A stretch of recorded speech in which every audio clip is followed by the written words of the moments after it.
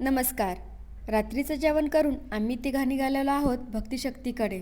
तुम्हा सर्वांनाच माहिती आहे, 26 जानेवारीला आपलं मराठा आरक्षण मुंबई येथे होणार आहे. त्याच्यासाठीच मनोज जरांगे पाटील आणि खूप सारे आपले मराठ मावळे मुंबईच्या दिशेने निघालेले आहेत आणि पुण्यामध्ये त्यांचा आजचा हा मुक्काम. तर भक्तिशक्ती येथे इथून ते लोणावळ्याला मुक्कामासाठी जाणार होते आणि आम्ही तिथेच त्यांना भेटण्यासाठी गेलेलो. आम्हाला वाटत पाटील आम्हाला इथे भेटतील आणि हे सगळे मावळे, एवढी सगळी गर्दी, एवढे सगळे लोक, एवढे शांततेच्या मार्गाने चाललेलं हे आंदोलन खूपच भारी.